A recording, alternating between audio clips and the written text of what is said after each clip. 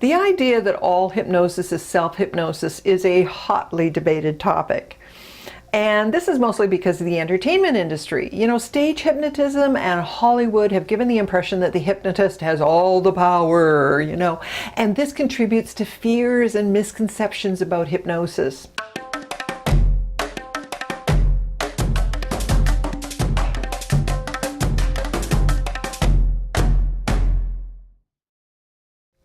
The most common movie depictions of hypnosis are of a person submitting to the will of another. So the person being hypnotized is usually shown as being weak-willed or gullible.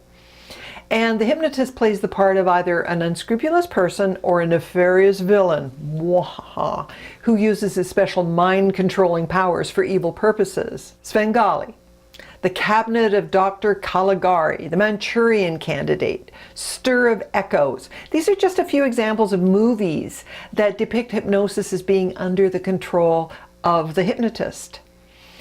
This generates a fear of loss of control. And if you've ever seen a stage hypnosis act, it certainly looks like the people on stage are under the control of the hypnotist, doesn't it?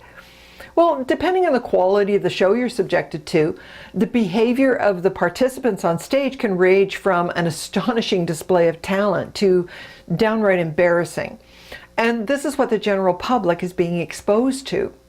Now, based on these expressions, it's easy to see how a person would argue against the idea that all hypnosis is self-hypnosis. But here's the thing. What most people don't realize is that stage hypnotism is entertainment. The people on stage are volunteers, and the people who are invited up on stage have been carefully selected based on their ability to enter into hypnosis very quickly. Stage hypnotist has to be very skilled at getting a person into hypnosis really quickly, and to do that they need a person who is hypnotically talented.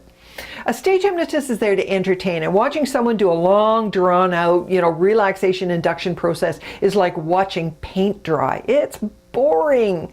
So the hypnotist needs people from the audience who are highly suggestible.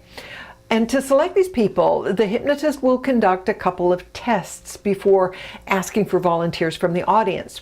Now, hypnosis is an ability we all have, and it's a skill that can be developed through practice.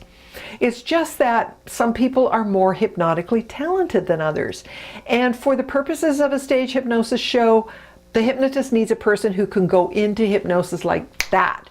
And the purpose for conducting a test is to gauge two things. First, it's a test to see how willing a person is to accept suggestions, because the person needs to be willing to go into hypnosis.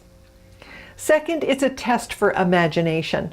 The more imaginative a person is, the better. So a common test that a hypnotist will use is that hand clasp test. You know this one. This is where you imagine that your hands are stuck together like glue, and they're stuck tighter and tighter and tighter. A person who can concentrate and imagine to the point that their hands are stuck together like glue, this is the perfect volunteer for a stage hypnosis show. They've just demonstrated that they're highly imaginative and they're willing to follow instructions that the hypnotist will give them. That's the first criteria. You must be willing to follow instructions.